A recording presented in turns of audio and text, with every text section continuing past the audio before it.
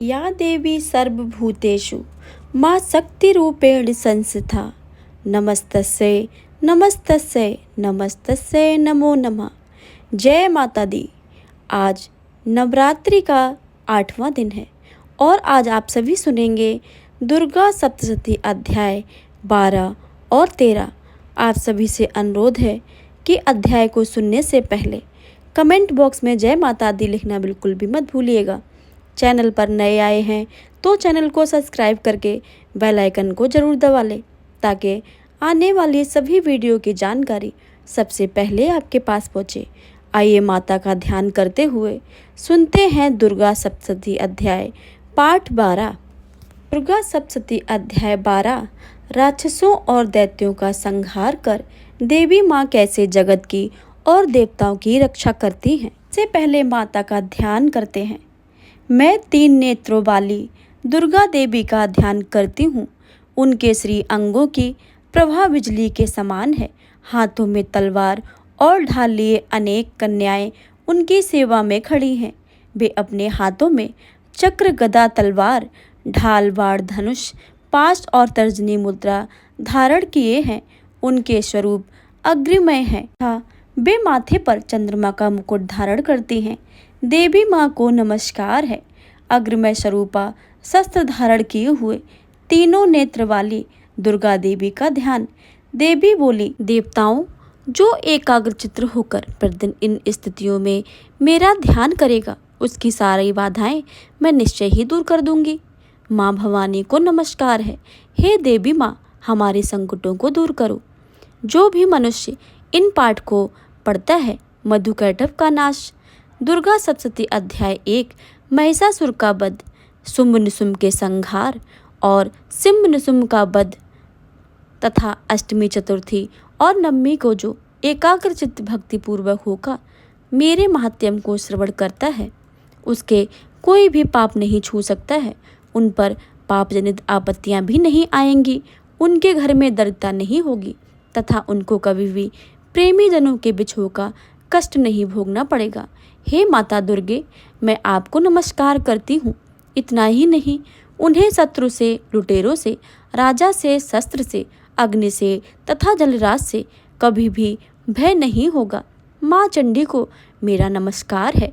इसलिए सबको एकाग्रचित्त होकर भक्तिपूर्वक मेरे इस महात्म्य को सदा पढ़ना और सुनना चाहिए। यह परम कल्याण कारक है।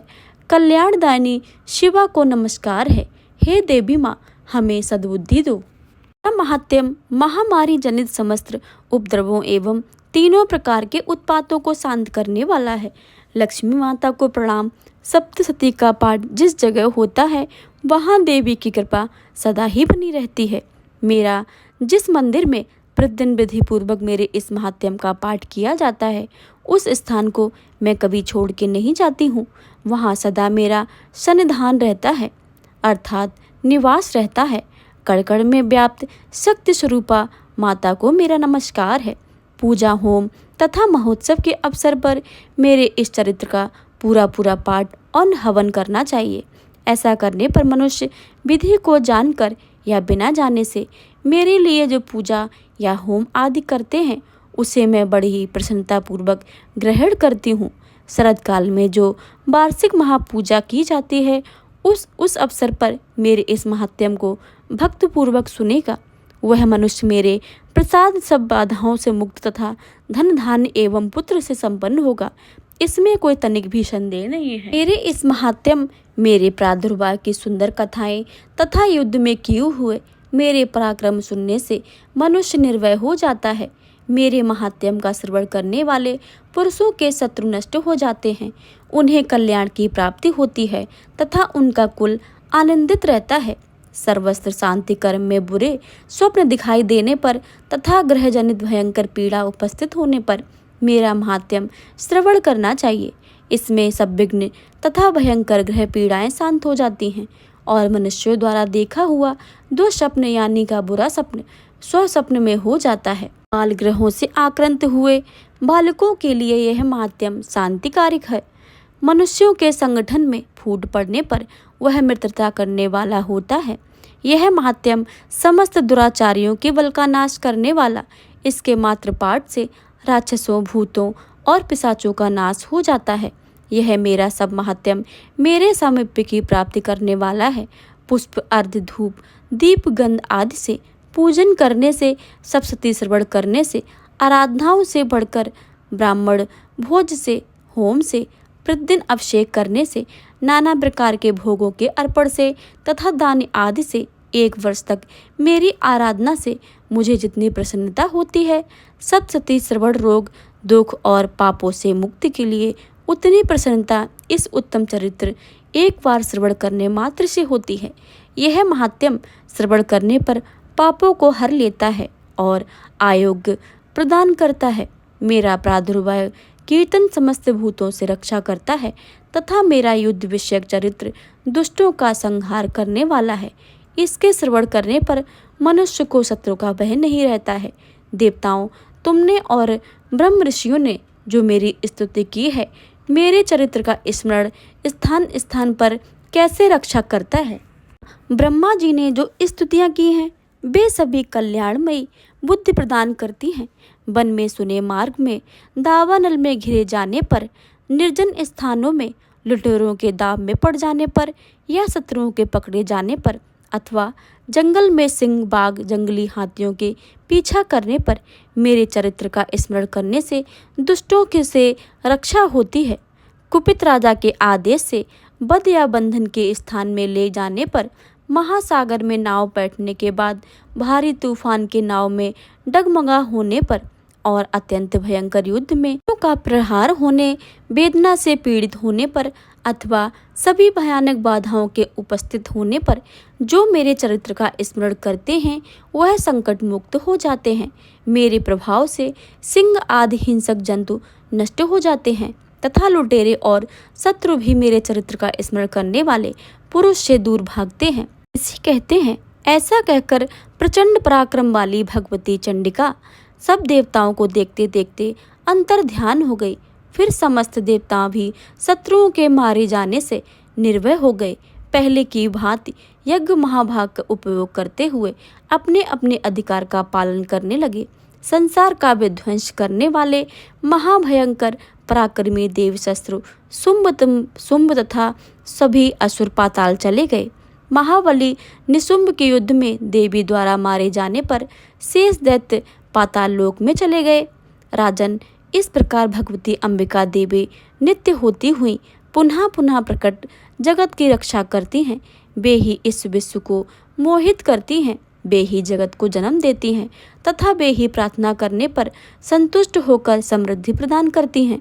राजन, महाप्रलय के समय महामारी का स्वरूप धारण करने वाली वे महाकाली ही इस समस्त ब्रह्मांड में व्याप्त हैं। वे ही समय समय पर महामारी का रूप बनाती हैं और वे ही स्वयं अजन्मा होती हुई भी सृष्टि के रूप में प्रकट होती हैं। वे ही सनातनी देवी मनुष्यों के अभ्युदय समय के घर में लक्ष्मी के रूप में स्थित होकर उत्पन्न प्रदान करती हैं और वे ही अभाव के समय दरिद्रता बनकर विनाश का कारण होती हैं। पुष्प, धूप और गंध आदि से पूजन करके उनकी स्तुति करने पर वे धन, पुत्र, धार्मिक बुद्धि और गौतम गति प्रदान करती हैं। दुर्गा सप्तशती 12वां अध्याय संपूर्ण हुआ। अब आप सभी सुनेंगे दुर्गा सप्तशती 13वां अध्याय। सबसे पहले ध्यान करते हैं माता का। जो उदय काल के सूर्य मंडल की कांति धारण करने वाली, उनकी 4 भुजाएं और 3 नेत्र हैं तथा जो अपने हाथों में 5 अंकुश, वर एवं अभय की मुद्रा धारण करती हैं, उन शिवा देवी को मैं ध्यान करती हुई कल्याणदायिनी माँ शिवा को प्रणाम है। सुरत और वैश्य को देवी का वरदान। मेधा ऋषि कहते हैं, राजन, इस प्रकार मैंने तुमसे देवी के उत्तम महात्म्य का वर्णन किया है। जो इस जगत को धारण करती हैं, उन देवी को ऐसा ही प्रभाव है। वे ही विद्या उत्पन्न करती हैं। भगवान विष्णु की माया स्वरूप उन भगवती के द्वारा ही तुम ये वैश्य तथा अन्य विवेकी जन मोहित होते हैं, मोहित हुए तथा आगे भी मोहित होंगे। महाराज, तुम उन्हीं परमेश्वरी की शरण में जाओ।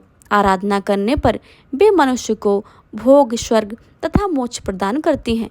मार्कंडेय जी कहते हैं, मेधा मुनि के ये वचन सुनकर राजा सुरथ ने उत्तम व्रत का पालन करने वाले उन महाभाग महर्षि को प्रणाम किया।